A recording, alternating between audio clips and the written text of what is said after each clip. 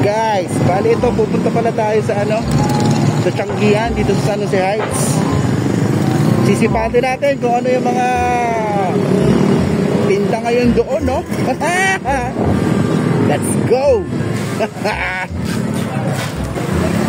Ayun, no? Alright, pakma tayo sa San Jose Heights. Pagpasok mo dito, guys, konting liko-liko, meron kaming dali. Meron dali rito. Siyempre, parang built-in palengke na rin dito, guys. Kung ano-ano na rin. Parang di ka na malalabas dito, guys. Tapos ito, meron dito tindahan ng Lechong manok. Lechong po, yan. Marami na dito, guys. May tatayo din gasoline station dito, guys. So, simulan natin. Meron ditong mga, yan, parang bargain na ng damit, yan.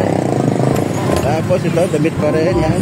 Tapos kung ano-anong gulay, halo, damit pa rin. Saging, yan.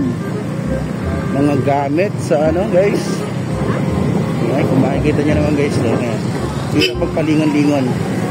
Short, yan, gamit sa motor, yan.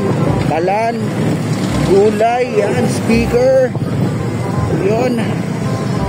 Yan, mga babasaging gamit sa kusina. Siyempre, damit na naman, mga bag. Yan, oh. Ano yung mga damit, yan. Gulay ulit. Yan, damit. Yan, meron mga tuyuan dito, tuyo. Mga hot dogs, yan, guys. Mga underwear. Yan, mga gamit na pang cellphone. Ito, yan.